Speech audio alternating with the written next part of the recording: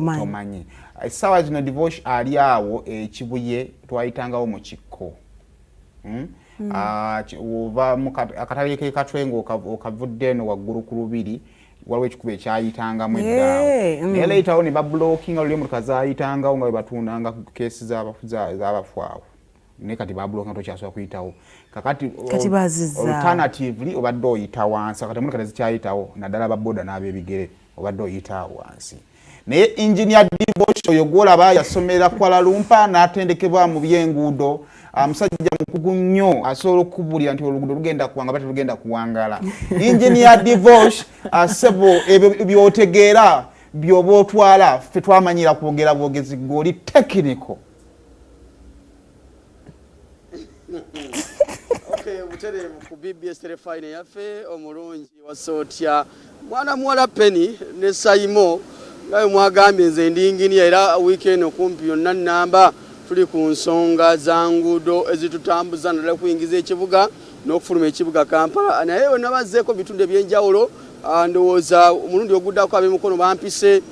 bangambye Lugazi abo ngende mbakyalireko balina ebibasoomooza byanjawulo wa olunaku olwaleero ndi wano ku ttaawo nalizeewoko nga ababoda bakyayita wano naye ekkubo lino we twogerera ng'ova side za ekatwe mu katale wali wansi okujja Robert njagala abantu balege wano wansi ng'ova side z'ekatale okujja side z'Emakindye ekkubo lino connectinga abagende ekatwe Kinyolo abagenda Makindye Rukuli abagenda Ensambya abadde bakozesa boda nga muyita wano wansi mu ttaawo naye wenjogerera essaawa zino tewakyali wo ekkubo lyammwe lyo lyamenyeddwa wakati mu nteekateeka y'okukola oluguudo luno n'okukola oluguudo lw'eggaali y'omukka jjukira kinajjukirwa nti ekkubo ly'eggaali y'omukka okuviira ddala eri mu industrial area okutuuka wali wayite wa Mukwana awo ekkubo lyakolebwa bulungi nnyo wano akataawo akabadde wakati awo waddewo ekkubo ly'eggaali ly'omukka eyita waggulu naye bafunamu okutaataganyizibwa okwenjawulo ne baagala kuba nga batereezaawo okusinziira ku batuuze bantegeezezza naye gw'abadde akozesa lino ekkubo nga otemeyawoko kapanya okuyingira ekibuga Kampala oba okufuluma ng'ogenda mu sayidi z'Emakindye ekkubo lyo terikyaliwo naye ab'ebigere bayita sayidi wano ku ludda luno oyina woyita mpolampola n'oyingira wali mu katwe kitegeeza nti ab'ebigere bakyasobola okuba nga balikozesa bayita mpolampola ng'ogenda ova mu Makindye ogenda mu katwe n'okwesoga ekibuga Kampala. Omukulu taata wasuza otya ogamba otya maibulaza bitambula bitya ka bizinesi okakwasaganyisa wano Sebo manga dali kumeka mukaga bwa 10 wewa wano ekkubo libadde wano bulijjo badde okolerawo awo wennyini awo mutaawo wano mutaawo business go yabadde batandika kumenya woddi nze naku nga 3 emabega naku 3 mabega mwawulira nsonga ki twawulira bulungi nnyo okutukulaakulanyiza ettaawo ero lw'ensonga libadde lirimu amazzi mangi nga mutuufu wabi ababoda basuulawo abantu naye bakolawo kati wajja kutereera n'abantu balekerawo okugwa ebigwa babadde bamenyekerawo awo tulina essuubi nti ababoda banaddamu ne bayitawo wano bajja kuddamu bayitawo olw'ensonga bagenda digaziya n'emmotoka nga zisobola okuyitawo omwo mwennyini mu ttaawo nga leero eyita waggulu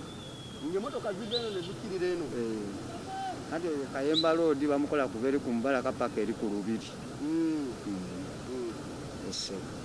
Kakati enteekateeka eri wano mu kugaziya wano bagenda kuba ng'emmotoka zikirizibwa okuva eri waggulu ne zisalamu ne zidda eno era zijja kuba ziva eri ku Mubalaka nga ziyitamu wansi omwo nga ziguka eri ku Lubiri nga zambuka waggulu ku Lubiri otyo ezimu nga ziviirako wali eri Katwe ku Dayale naye nga zijjaawo wano ndaba nga akali akagundi kafutobola nga batemye eri n'eno naye lero lennyini bagenda ditema wano wasigaddewo batera oyita wansi awo bagenda kumenyawo naye oli bagenda dimenyeyo kwiniziwe nayo bagigaziye bulungi nnyo ne kusanze mu kitundu bizinesi osubira gyogerako otya business tebadde mbi kwa bo bakasomera basigadde bakyanoonya wendi wano g'okkirizibwa okukolerawo era sikkirizibwa olw'ensonga eno ndiwala era kati onkoze na bubi nnyo naye wali eri badde nzikirizibwa naye no gyeni n'abantu bagulira ddala kwaba mmanyi kikyoyinza okwebaza abaleese enkulaakulane nyinza mbebaza olw'enkulaakulana kuba teri atayagala nkulaakulana mu kitundu naye mpozi ekizibu ekiriwo tebatuteereddewo omuntu ayinza kusaza baana bato oluguudo olwo musanga akaseera akazibu okusala anti waliwo abaana abasoma beetaagawo omuntu at least ayimirirewo ne kabbendera ng'ayimiriza ku mmotoka abaana ne basala enguudo kuba olaba babadde batomererawo abantu ne wansi bakyayitayo naye ate kati so kyekizibu kyetusanze kale baaba butereevu ku terefayini yaffe kansooke nkulageko waggulu ku maini abantu we bayita ekkubo lino lyo zibu okusala ng'oyita waggulu wano kuba emmotoka eziva ku kwiniziwe jjukira enebeera wanuwe ova ku kwiniziwe waliwe bazimba flyover mu kibuga ng'odda ku Entebbe Road wano wazibu ddala okusala weewaawo nti emmotoka ziva sayidi emu nga wegambye nti eba wanuwe ne speed kwe zitambulira olina okuba nga oli mwegendereza nnyo okulabika nti osala lino ekkubo era kyovola abantu kibatwalira akabanga ng'ayimiriddewo yeetegereza alabe oli speed kwajjira alabike okulabika nti asala ekkubo naye ng'omukulu bw'atugambye nti abaana b'amasomero bakozesa wano bagenda wala basomera mu lubiri waggulu awo abasomera mu masomero ag'enjawulo naye abasanga akaseera akazibu okusala wano mu kkubo lino naye abatuuze bo mulina okwekuŋŋaana nga muweraawerako okulabika nti musala omulundi gumu n'emmotoka bw'abalengerere nga muli bangi kiri simuzibwaliramu okusigala ng'ajjire ku sipiidi gy'ajjirako bw'ojja ng'oli bw'omu kijja kubeerera kizibu okusala wano kuba emmotoka ezifubutuka wansi awo n'okwambuka sayidi wali waggulu wali oli ekibuye ng'odda ekibuye mu junction ka sipiidi akali wano kangi nnyo nyini ddala naye nga bwe tutegeeza nti wansi wali wa bodaboda abadde asala okuva ng'eri wansi mu ttaawo ng'agukiramu wali we batadde ebigomaawo olaba ebigomaawo n'ebiziizo okulabika nti oyita mu ttaawo eryo wakati nga ligenda kuba nga likolebwa so kati bw'obanga osubira okujja oyita eno wansi ng'ogambye wa boda mpisa mu ppanya yaawo wansi nyingire Makindi etwangu okutuuka awo tojja kuyitawo umadde n'akatuuka wano ng'aliwo ataavuze emmotoka okuva eri ekibuye ng'ali akuyingira kibuga Kampala ng'akozesa luno oluguudo okutegeezaamu nti wano watwala butwazi abava sayidi z'omu kibuga n'okudda ku Entebbe Road bw'oba oyagala kuva ku Entebbe Road ng'ogenda mu kibuga ate okozesa ekkubo eryeri wakati ekatwe